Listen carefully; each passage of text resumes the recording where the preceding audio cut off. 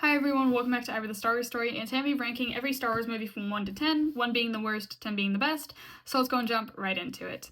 And number 1, we have The Phantom Menace, Episode 1, which, as you guys know, it's a 10 out of 10 for me. I love The Phantom Menace, it's my favorite movie. I love seeing Anakin's passions for pod racing and flying, what he was like before he joined the Order, a little bit of what it was like for him growing up on Tatooine. And I love The Phantom Menace. I think it's so good, and I really enjoyed getting to see it in theaters again for the 25th anniversary earlier this year. I thought it was really good and really cool getting to go and see that in theaters. Moving on to Episode 2, Attack of the Clones. I really enjoy Attack of the Clones because it's the beginning of the Clone Wars. We see Obi-Wan go to Kamino, find out there are millions of clones at the Republic's disposal, because as we see in the beginning of the episode, no one has any idea. And then we see Obi-Wan go in search of Jango Fett to Kamino, and finds out there are millions of clones at the Republic's disposal, ready to be used. And then we see Obi-Wan find Jango Fett, fight him on Kamino, and then we see him chase Jango Fett to Geonosis, where then we see him get stuck, call for help. We see Padme and Anakin go, they get stuck, and not too much longer, we see the Battle of Geonosis break out, and we see Anakin and Obi-Wan go and fight Dooku, although we see that didn't really end well. We see Anakin loses his hand, and Dooku gets away, but we see that... we see the Clone Wars begin. We see the Battle of Geonosis happen, we see the Clone Wars begin, which is super dang cool. If I do say so myself, I thought that was really cool. And moving on, we have Episode 3. I really enjoyed Episode 3. That gets in... I don't think I put Episode 2 in a spot. Episode 2 is a 9 out of 10. Sorry. Episode 3 is an 8 out of 10. I really enjoy Episode 3. We get to see Padme tell Anakin that she's pregnant. Then we also go on to see Anakin turn to the dark. We get to see Anakin turn to the dark side by Palpatine's overall infliction and Anakin's fear of losing Padme. We see him go to the temple, and sadly we see him all the younglings, which is like, why did you do that? And we see him become Darth Vader. We see him fight with Obi-Wan on Mustafar, which was really cool. Oh my word, those fights are always awesome. We see him fight Obi-Wan on Mustafar, and at the end of the movie we see Padme die, and we see Anakin in his full Vader armor.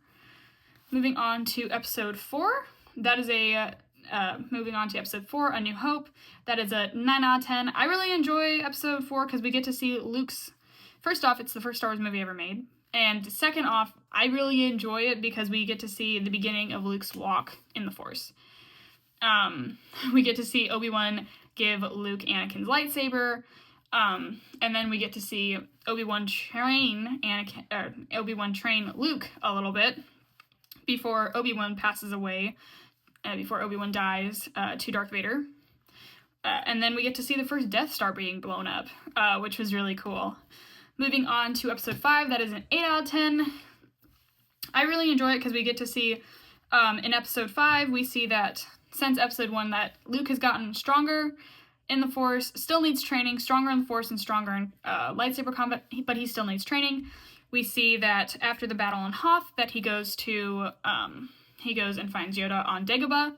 We see Yoda train him for a little bit, train him in the Jedi ways, train him in lightsaber training and Force using, and then we see him go to Cloud City, which is where we see that Han, Leia, Chewie, R2-D2, C-3PO, are there, and we see that Han has already been frozen in carbonite, and sent with Boba, but we do get to see we do get to see Luke fight Darth Vader, which is where Darth Vader tells Luke, I am your father. And we see that Luke is in disbelief for a couple seconds, and then it's like, no, what? No. But yeah.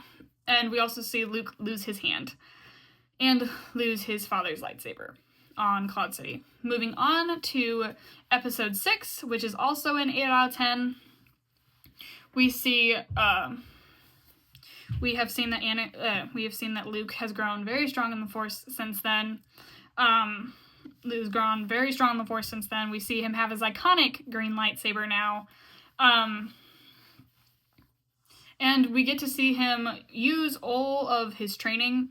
Like, we get to see him use his training from what he's learned with Obi-Wan and Yoda, and what he's learned over time with the Force, and be able to save his friends from getting thrown into a Sarlacc pit. And then we also get to see him use that to destroy Darth Vader and Palpatine,